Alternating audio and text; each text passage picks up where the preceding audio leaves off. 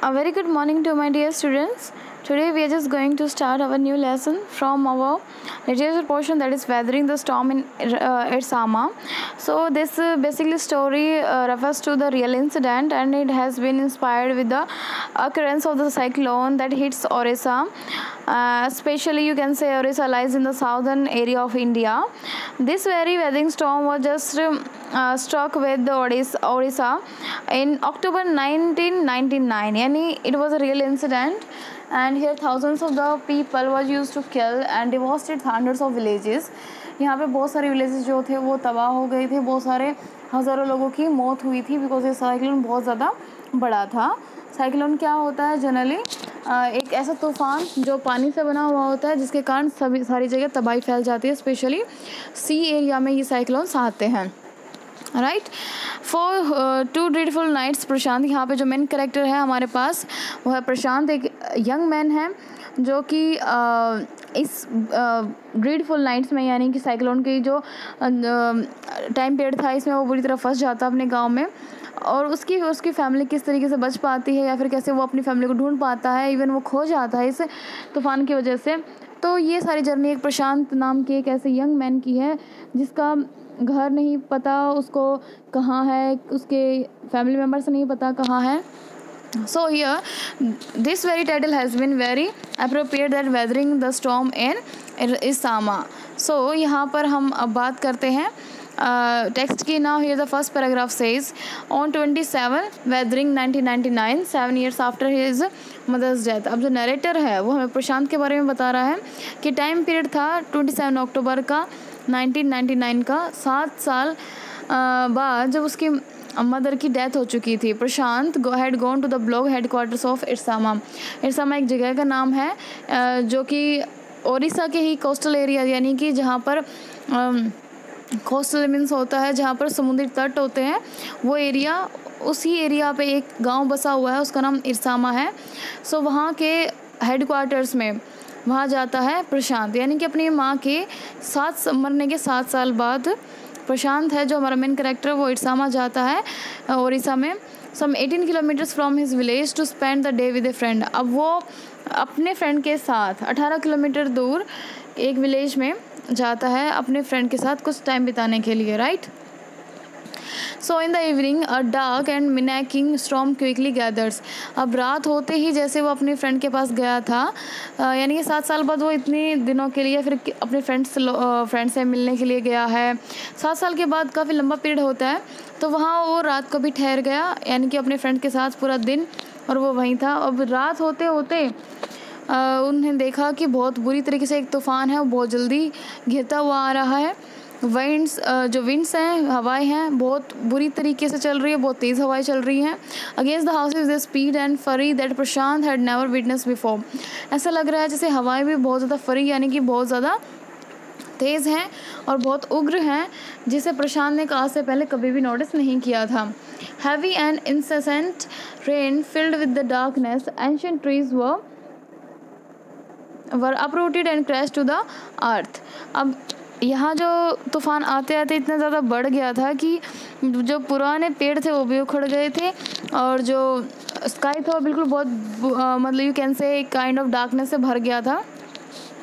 सो बहुत बुरी तरह रेन हो रही थी, यानी बरसात हो रही थी, बहुत मूसलाधार बारिश जिसे हम कह सकते हैं, जो सबको डुबा दे. सो ऐसी बरसात हो रही थी जिसकी वजह से बहुत सारे पेड़ थे, जो पुराने पेड़ थे वो गिर गए थे. Screams rent the air as people and houses were swiftly washed away. अब लोगों की चिल्लाहट भी इतनी ज़्यादा थी हवा में कि लोगों के जो घर थे वो पानी में बहते हुए जा रहे थे, बिकॉज इतनी ज़्यादा फ्लड आ गई थी. क्योंकि कोस्टल एरिया के नज़दीक उनका विलेज था, तो जैसे ही हवा चली एंड जैसे ही बहुत ज़्यादा मूसलाधार बारिश हुई, हैवी रेन हुई, वैसे ही उनके गाँव में फ्लड आ गई.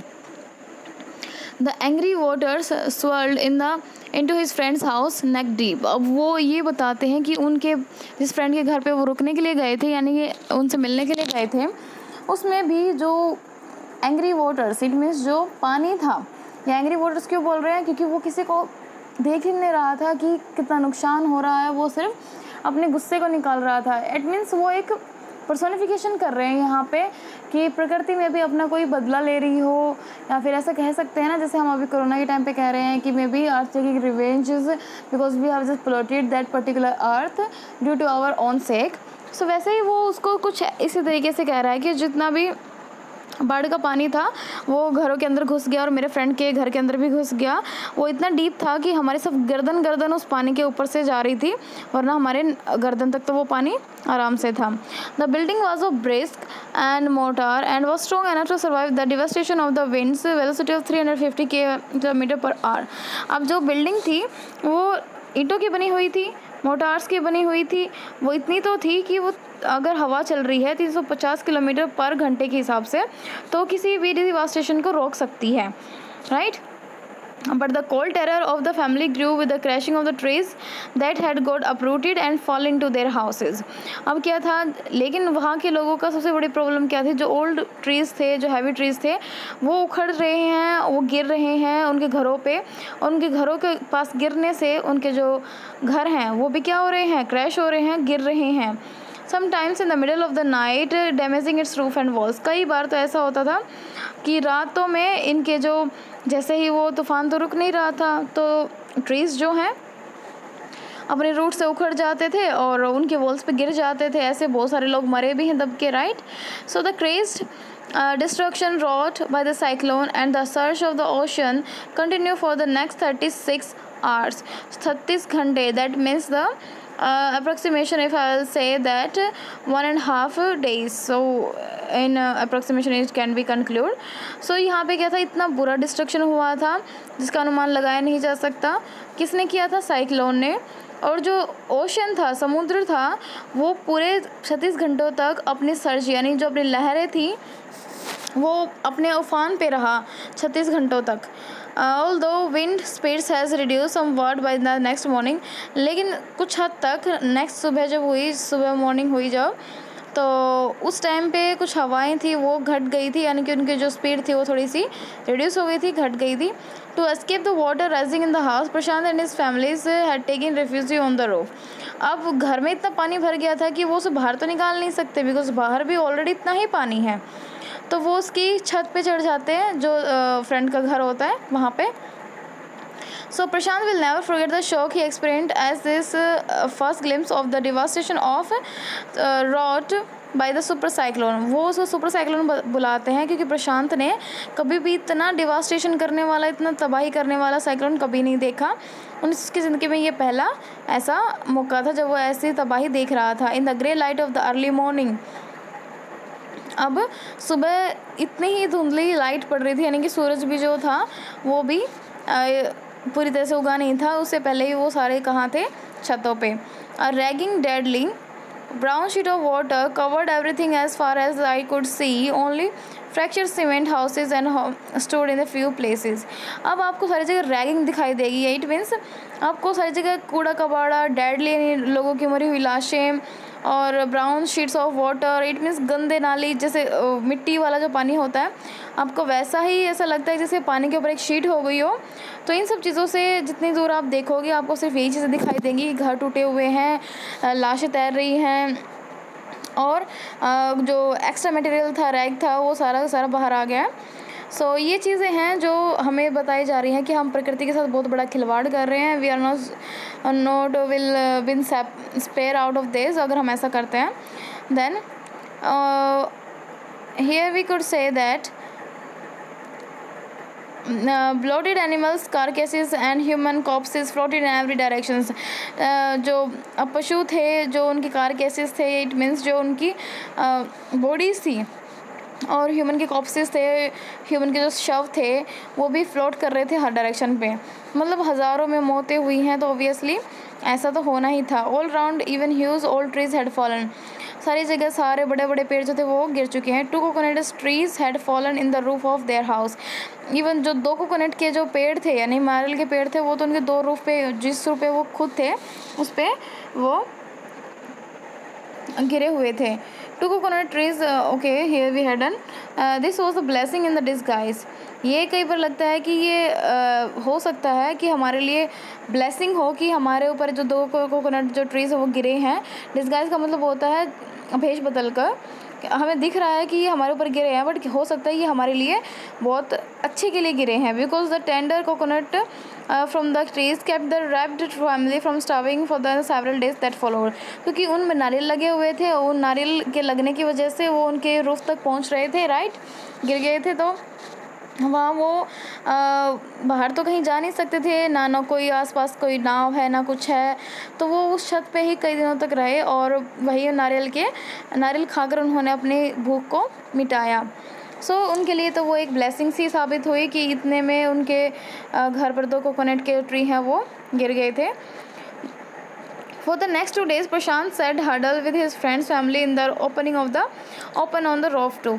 2 दिन हो गए अब प्रशांत अपने फ्रेंड के साथ और उसकी फैमिली के साथ रॉफ टू पे बैठा है, छत पे बैठा है। They froze in the cold and incessant rain water. अब वो बिल्कुल ठंड से ठिठुर रहे हैं बिकॉज सारी जगह सिर्फ पानी पानी है। The rain water washed away Prashant tears. लेकिन जो रेन वाटर है वो इतना बह रहा है, यानी इतनी ज़्यादा बरसात हो रही है कि उसने प्रशांत के आंसू भी दिखाई नहीं दे रहे हैं। जब भी कोई बरसात में रोता है तो ऑब्वियसली उसके आंसू दिखाई नहीं देते, ऐसा लगता है जैसे उसके चेहरे पर सारी जगह बरसात की बूंदें ही गिर रही हैं। The only thought that flash through his mind was weather his family had survived the fury of the super cyclone. Was he to be bereaved once again? क्या अब उसको चिंता हो रही थी कि उसकी खुद की फैमिली जो है वो सर्वाइव कर पाई होगी सुपर साइक्लोन में, क्या वो उन्हें दोबारा से देख पाएगा कभी ज़िंदगी में। 2 days later, which seems to be Prashant like 2 years, 2 दिन जो प्रशांत के लिए 2 साल जैसे थे। The rain ceased, जो रेन है वो रुक चुकी है। The rain water slowly began to recede, अब जो रेन वाटर वो स्लोली थोड़ा नीचे जा रहा है। Prashant was determined to seek out of his family without further delay. जैसे उसको लगा कि अब थोड़ा मौसम ठीक है और पानी जो है उसका स्तर घट रहा है, तो अपनी फैमिली को ढूंढने के लिए वो निकल पड़ा।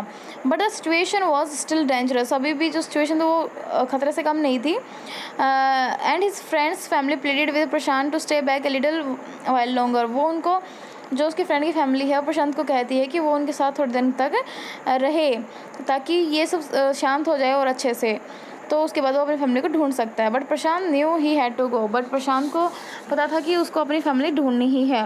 ही equipped himself with a long, वो स्टिक, वो अपने साथ एक लकड़ी लेके चलता है और जो पानी था वो उसकी चेस्ट तक आ रहा था। वो अपने घर से 18 किलोमीटर चल के गया। उसको बिल्कुल रास्ता पता नहीं चल रहा था नीचे क्या है क्या नहीं है, बट वो एक स्टिक के हिसाब से चल रहा था, उसको इक्विप करके चल रहा था, उसकी मदद लेके चल रहा था। It was journey he would never forget. ये एक ऐसी जर्नी थी वो ज़िंदगी में कभी नहीं भूलेगा, जिसमें उसके पैर जो हैं वो बिल्कुल सोलन आउट हो जाते हैं, गल जाते हैं। एंड उसकी जो सिर्फ एक स्टिक ही थी जिसकी वजह से वो लोकेट कर पा रहा था रोड को, आप देख सकते हैं ऐसे। To determine way the water was shallow. अब वो इसलिए इस लकड़ी का प्रयोग कर रहा था कि कहीं कोई ऐसा गड्ढा तो नहीं है जहाँ पे बहुत ज़्यादा गहरा गड्ढा हो, कहीं मैं उसमें फंस जाऊँ और मैं निकल ही ना पाऊँ। तो वो उसको ठक करके देख रहा था कि कहीं कोई गड्ढा तो नहीं है जहाँ बहुत ज़्यादा गहरा पानी हो। At places it was waist deep, कई बार तो वो कमर तक था। एंड प्रोग्रेस वॉज स्लो, कई बार वो थोड़ा कम था। At several point he lost the road and had to swim, कई बार तो उसको रोड मिलता ही नहीं था, उसको तैर कर जाना पड़ता था। After some distance he was relieved to find 2 friends of his uncle who were also returning to their village. यहाँ देखिए 2 इंसान हैं, 2 आदमी हैं जो उन्हीं के गांव के हैं, वो उनके गांव से रिटर्न यानी कि वापस आ रहे हैं। They decided to move ahead further together. तो अभी 3 बंदे हो गए हैं, तीनों एक साथ अपने विलेज की तरफ जा रहे हैं। As they waded through the water, वो बिल्कुल पानी को हटा के चल रहे हैं। द सीन वो they witness grew more and more macabre बहुत डरावना होता है। और जैसे जैसे आगे बढ़ते जा रहे हैं तो उनके लिए वो जो सीन है जिसमें वो पानी में से चल रहे हैं वो बहुत ही ज़्यादा भयानक है कि because they had to push away many of the human bodies, man, women, children, carcasses of the dogs, goats and cattle and the current swept against them as they moved ahead। जैसे वो आगे बढ़ते रहते हैं उनके सामने बहुत सारी डेड बॉडीज़ आती हैं, वो कुत्तों की भी हो सकती हैं, मैन, वीमेन, चिल्ड्रन, बहुत सारी। तो अभी क्या है कि वो उनको हटाकर चल रहे हैं तो उनके लिए बहुत बुरा सीन है ये। In every village that they pass they could barely see a house standing. वो जिस भी विलेज से गुजर रहे हैं वहाँ पे उनको शायद ही कोई घर है जो दिख रहा है कि बचा हुआ है। Prashant now wept out loud and long. अब वो रोने लग जाता है कि शायद क्या होगा उसकी फैमिली के साथ, क्या पता वो इस कैटास्ट्रोफ से यानी साइक्लोन से So Prashant reached his village Kalikuda. What is the name of Prashant's village? That is Kalikuda. अब इवेंचुअली वो पहुंच जाता अपने विलेज में. His heart went cold. उसका दिल हो ठंडा हो रखा कि क्या होगा. Where their home once stood. उनका घर कहाँ था, उसको घर ही नहीं मिल रहा. There was only remnant of its roof. सिर्फ थोड़ा बहुत ही बचा हुआ उसकी छत की चीज़ें. Some of their belongings were caught. शायद वहाँ उसकी कुछ सामान है, जो घर का सामान वो थोड़ा बहुत पड़ा हुआ होगा. Mangle and twisted in the branches of tree. जो ट्री की ब्रांचेस में फंसा हुआ है. Just visible above the dark water. जो थोड़ा सा ही डार्क वाटर्स के ऊपर से दिख रहा है कि हाँ शायद ये चीज़ें हमारी हैं. Young Prashant decided to go to the Red Cross shelter to look for his family. अब जहाँ बाढ़ होती है तो वहाँ पर बहुत सारे सोशल सर्विस करने के लिए लोग आते हैं. तो रेड क्रॉस सोसाइटी एक ऐसी सोसाइटी है जो लोगों की बहुत मदद करती है, स्पेशली जहाँ पर कोई आपदाएँ आती हैं, नेचुरली आपदाएँ आती हैं तो लोगों का ट्रीटमेंट करती है रेड क्रॉस. तो उसको लगा कि शायद रेड क्रॉस सोसाइटी जो शेल्टर है वहाँ पर वो अपनी फैमिली को ढूंढेगा, क्योंकि यहाँ तो कोई है नहीं उसके घर पे. Among the first people he saw in the crowd was his maternal grand mother. ना जो सबसे पहले उसने उस क्राउड में देखा वो थी उसकी नानी. Weak with hunger. जिसको भूख से बहुत बिलख रही थी, यानी कि बहुत ज़्यादा भूखी थी. शी रस टू हिम. वो उसकी तरफ दौड़ी. Her hands out stretch. उसने अपने पाँव से उसे गले लगा लिया. Her eyes brimming. उसकी आंखें बहुत चमक गई थी उसको देख के. It was a miracle. They had long given him up for dead. क्योंकि वो उसको सोच चुके थे कि वो मर चुका है. ये उनके लिए एक मिरेकल था. Quickly sword spread and his extended family gathered around him. उसके जितने भी फैमिली मेम्बर्स थे वो सारे वापस उसके आसपास गैदर हो जाते हैं. And hugged him tight in relief. वो सारे रिलीफ में है कि प्रशांत जो है वो ज़िंदा है. Prashant nextly scan the motley bated group. वो उन सभी को बहुत अच्छे से, यानी कि उनको अच्छे से स्कैन करता है कि कहीं किसी को कोई दिक्कत तो नहीं है, कोई किसी को चोट तो नहीं आई. वो अपने ब्रदर को, सिस्टर को, अंकल को, आंटीज़ को, वो सभी के सभी वहाँ हैं. वो ये देखकर बहुत खुश था. By the next morning as he took to the desperate situation in the shelter he decided to get a grip over himself. जब वो नेक्स्ट मॉर्निंग होती है, वो इतनी डेस्परेट सिचुएशन से शेल्टर से बाहर निकल कर आता है और तो वो अपने आप को ग्रिप करने की कोशिश करता है, यानी कि खड़ा रहने की कोशिश करता है. He sensed deathly rift settling upon the 2500 strong crowd in the shelter. क्योंकि वो वहाँ जो शेल्टर में जो 2500 लोग की भीड़ थी, वो उसमें अपने आप को एक अजीब सी स्थिति में महसूस कर रहा था. उसको बिल्कुल अच्छा फील नहीं हो रहा था वहाँ पे. 86 lives were lost in the village. 86 जो थे लोगों ने अपनी जो जाने हैं वो गंवा दी थी. All the 96 houses had been washed away. जितने भी 96 हाउसेस थे वो सभी के सभी जा चुके हैं, यानी कि उनका वो सब ख़त्म हो चुके हैं, फिनिश हो चुके हैं, वॉश्ड अवे हो चुके हैं पानी के साथ. It was they 4th day at the shelter. अब वो चौथा दिन अपना शेल्टर में बिताते हैं. सो फार दे सर्वाइव्ड ऑन ग्रीन कोकोनट. अभी भी वो उन कोकोनट पर ही क्या है जी रहे हैं जो उनके आसपास उगते थे. यू कैन से उड़ीसा में बहुत सारे कोकोनट ट्रीज होते हैं. But they were too few to ground to such a tumult of people. क्योंकि लोग वहाँ पे चढ़ सकते थे, बहुत ही कम ऐसे लोग थे, तो उनके लिए सर्वाइव करना बहुत मुश्किल हो रहा था. सो जो Prashant all of the 19 years decided to step in as leader of his village if no one else did. तो प्रशांत ने इस चीज़ को लीडरशिप संभाली जो कि उसके गांव में किसी और ने नहीं, जो कोई और नहीं कर पा रहा था. He organise a group of youth. उसने अपने जैसे ही बहुत सारे बच्चों का ग्रुप जो है, यानी 19 ईयर यानी यंग एज में जितने भी बच्चे, उनका एक ग्रुप बनाया. And elders to jointly pressurise the merchant once again to part with his rice. अब उन्होंने जो मर्चेंट्स थे उनके साथ एक बार फिर से उनको प्रेशराइज़ किया कि वो जो उनके पास अनाज है वो लोगों में बांटें. और वो जो यूथ ग्रुप बनाया था वो भी उनके साथ जो एल्डर्स थे वो भी ज्वाइंट हो गए थे, ताकि वो राइस है वो सबको इक्वली स्प्रेड हो सके. This time the delegation succeeded and return triumphantly. It means वो क्या है, बहुत जीत का एक आगाज़ हो रहा था कि उन्होंने बहुत अच्छे से इस चीज़ को सक्सीड कर लिया, सफलता पा ली है. Wedding through the receding waters with the food for the entire shelter. अब उन्होंने पूरे शेल्टर में जो लोग थे उनके लिए खाना जुटाना शुरू किया था. No one cared that the rice was already rotting. कोई ये नहीं सोच रहा था कि भाई जो चावल है वो सड़ चुका है, बट नो मैटर्स, बस उन्हें खाना था. So branches from fallen trees were gather to light a reluctant and slow fire. अब जो ब्रांचेस की जो ट्रीज थी, जो ट्रीज़ की ब्रांचेस थी, सो उनके जो पत्ते थे उनसे जो सूख गए थे उनसे वो फायर जलाते थे ताकि वो अपने आप को थोड़ा सा हीटअप कर सके. So now on which to cook the rice, उसके साथ सिर्फ हीटअप ही नहीं, साथ में वो अपने राइस को पका भी सके. सो वो इस तरीके से उनकी मिजरेबल लाइफ हो चुकी थी वहाँ पे. For the first time in 4 days the survivor at the cyclone shelter were able to fill their bellies. उनको 4 दिन में पहली बार प्रशांत की वजह से ही खाना मिल पाया था. His next task was to organize a team of youth volunteers to clean the shelter of filth, urine, vomit and floating carcasses and tend to wound and fractures of the many who had been injured. अब प्रशांत ने अपने हाथों में ये बात ली. उसने फिर से एक वॉलंटियर्स है. वॉलंटियर्स कौन से होते हैं? जो निस्वार्थ सेवा करते हैं समाज की. तो वो ताकि जितना भी फिल्दी है, गंद भरा है, यूरिन यानी पेशाब है, वोमिटिंग है, हर जगह जो बॉडीज़ जो है तैर रही हैं, उन सभी को साफ़ करके जो जिंदा लोग हैं उनके वाउंड्स और फ्रैक्चर्स को क्या करके यू कैन से उनकी इंजरीज़ को ठीक करना अब उनका काम था. वॉलंटियरशिप निभा रहे थे. उसके लिए उसने एक ग्रुप ऑर्गेनाइज किया. On the 5th day, a military helicopter flew over the shelter and dropped some food parcels. It then did not return. ये था कि एक दिन 5th डे जो था वो मिलिट्री का हेलीकॉप्टर है ऊपर से आता है और वो फूड के पार्सल्स, जैसे कई बार आपने देखा होगा फिल्म्स वगैरह में कि ऊपर से पार्सल्स गिरते हैं जिसमें फूड होते हैं, वो गिराए जाते हैं ताकि लोग यहाँ पे भूखे ना मरे. Then did not return. जिन्हें वापस नहीं करना होता जो वापस भी नहीं आते. The task forced gathered empty utensils from the shelters. Then they deputed the children to lie in the sand. They left by the waters around the shelters with these utensils on their stomach. अब क्या करते थे कि जो बच्चे जो भूखे थे उनके utensils जो है उनके पेट पर रख दिए जाते थे.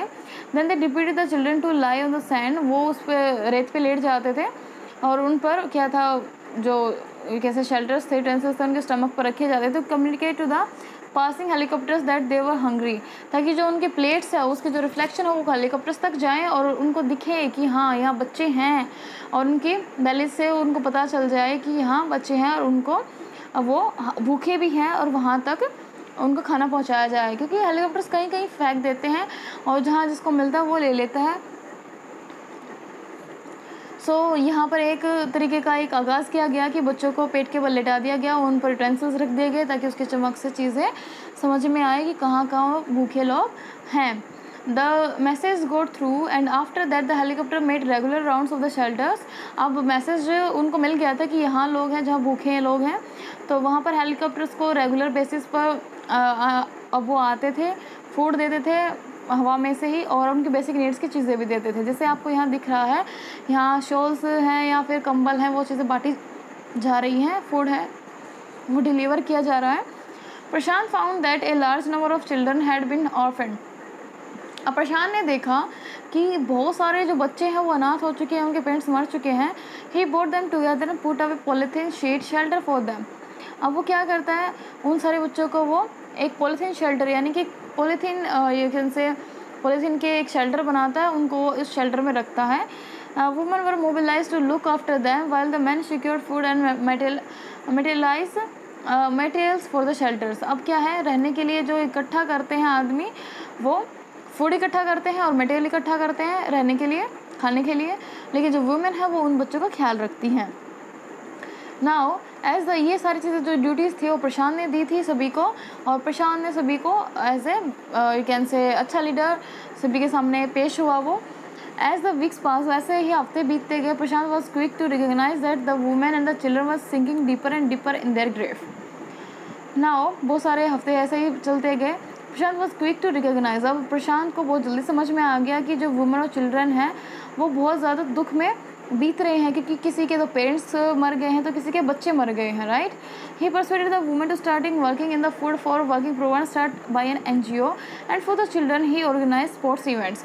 अब वहाँ रहते रहते ऑब्वियसली उन लोगों के अंदर जो बुरी भावनाएं आ रही थी, वो सैड ग्रीफ हो रहे थे, तो उन्होंने प्रशांत ने उन सभी को एक प्रोग्राम स्टार्ट करने के लिए कहा। वो था एनजीओ का। एनजीओ में यही होता है कि आप चिल्ड्रन को, यानी कि आप एक दूसरे की सहायता करते हो बिना किसी अपने स्वार्थ के। तो यहाँ पे चिल्ड्रंस के लिए स्पोर्ट्स इवेंट्स ऑर्गेनाइज किए जाते थे ताकि वुमेन और बच्चे दोनों का मन लगा रहे। He himself love to play cricket, क्योंकि उसको खुद भी क्रिकेट खेलना पसंद था। यहाँ ही कौन है? Prashant. And so he organise sports events, तो उसने क्रिकेट मैचेस जो थे बच्चों के लिए ऑर्गेनाइज करवाए। प्रशांत एंगेज्ड विद अदर वॉल्टियर्स, प्रशांत जो है वो वॉल्टियर्स के साथ और अदर चीज़ों में, यानी अदर कामों में, जो दूसरे काम थे उसमें बिजी था। In helping the widows, for example जैसे वो जो विधवा हो चुके हैं, चिल्ड्रन हैं, ब्रोकन पीसेस हैं, मतलब you can say of their lives. So वो क्या करते थे, जो विधवा लोग हैं यानी विधवा लेडीज़ हैं और जो बच्चे हैं, उन सबको क्या करता था, उनको एक पीस ऑफ लाइफ में, यानी कि उनको, वो तो अपने अपने चीज़ों से टूट चुके हैं, उनको एक लाइफ में बांधने का काम कर रहा था। So initial government plan was set up institutes for orphans and widows. अब उन्होंने इनिशियल गवर्नमेंट प्लान्स के अंतर्गत कुछ इंस्टीट्यूट्स बनाए जिसमें अनाथ, बच्चे और विडोज़ रह सकती हैं। However, these steps were successfully resisted as it was felt that in such institution children would grow up without love and widows would suffer from stigma and loneliness। लेकिन इस चीज़ का बहुत बहिष्कार हुआ क्योंकि कुछ इंस्टीट्यूट ऐसे भी हैं जहाँ इन लोगों को भेजा तो जाएगा, लेकिन जहाँ बच्चों को प्यार नहीं मिलेगा और जो विडोज़ हैं उनके साथ अकेलेपन का यू कैन से वो शिकार होंगी, उनको अच्छा नहीं लगेगा। After that, Prashant's group believed orphans should be resettled in their own community itself। अब प्रशांत का जो ग्रुप था, वॉलंटियर था, उन सब ने मिलकर एक चीज़ कही कि वो अपनी कम्युनिटी में एक ऐसा संस्था खोले जहाँ पर पॉसिबली जो ऑर्फन्स हैं और जो विडोज़ हैं वो रह सके। Possibly in new foster families made up of the childless widows and children without adult care. अब वो एक ऐसी इंस्टीट्यूट खोलना चाहते थे जहाँ पर ऑर्फन्स को विडोज़ मिल जाए और विडोज़ को उनके बच्चे मिल जाए। उनके तो नहीं हैं लेकिन ऑर्फन्स तो हैं, वो एक दूसरे का देखभाल कर पाए, यानी एक दूसरे का सहारा बन जाए। तो ये आइडिया बहुत अच्छा था। It is 6 months after the devastation of the super cyclone. This time Prashant's wounded spirit has healed simply because he had no time to bother about his own pain। अब जो उसने खोया था चीज़ें, अपनी दर्द को सहने तक का टाइम नहीं था, क्योंकि उसने लोगों के अपना टाइम सारा किनको दे दिया था, समाज सेवा में दे दिया था। अब उस सुपर साइक्लोन को ख़त्म हुए 6 मंथ हो चुके हैं, तो भाई को हुए 6 मंथ हो चुके हैं, फिर भी आज तक जो पेन है वो अपने अंदर ही है, वो अपने आप हील हो रहा है क्योंकि वो लोगों की हेल्प कर रहा है। हील मतलब होता है ठीक हो रहा है। His handsome youthful face is what the widows and orphan children of his village seek out most in their darkest hour of grief। अब जो उसका यूथफुल फेस है वो बिल्कुल बहुत अच्छे मतलब काम के कारण चमक रहा है। जो उसने किया है वो क्या है कि जो विडोज़ और ऑर्फन चिल्ड्रन हैं जो आपके कहीं विलेज में हैं, उनको सबसे बुरे घंटे जो उनकी ज़िंदगी के थे, जो सबसे निराशा के घंटे थे, उनसे उनको निकाला और एक दूसरे के साथ उनको रखा। यानी कि उसने बच्चों को माँ और माँ को बच्चे प्रोवाइड करा दिए ताकि वो एक दूसरे के साथ लोनलेस फील ना करें। So here is the writer Harsh Mander जो है वो जनरली एक जर्नलिस्ट है। वो हर एक तरीके की जो चीज़ें हैं वो जानते हैं। वन ऑफ द ये एक रियल इंसिडेंट है जो उन्होंने देखा था। उन्होंने राइटर भी है, उन्होंने इसलिए ये एक शॉर्ट स्टोरी टाइप में आपको प्रशांत के रूप में दिखा दी कि किस तरीके से ईयर 1999 में चीज़ें बहुत बुरी हुई थी और किस तरीके से प्रशांत के थ्रू उन्होंने दिखाया कि हर एक इंसान उस टाइम पे बहुत ज़्यादा सह रहा था। Now these are the glossaries that you have to written down all these things in your fair notebook, and later on you have to go for this kind of questions, and you have to also think about this, talk about it and suggested reading. I hope this has been clear to you. Keep in mind that this is a real incident based story which has just been given by Harsh Mandir, so you have to write down all the main points and as well as the main important questions of NCERT in your fair notebook. So we'll meet in the next video with the next topic. Till then, take care and study hard because it's a time not crucial than the super cyclone, because it's also the COVID-19. We have to make it so huge fun with our study, and we will continue this with our you can say strength, and we have to complete this very hard time. I hope this has been clear to you. Thank you so much. Thank you for listening this video.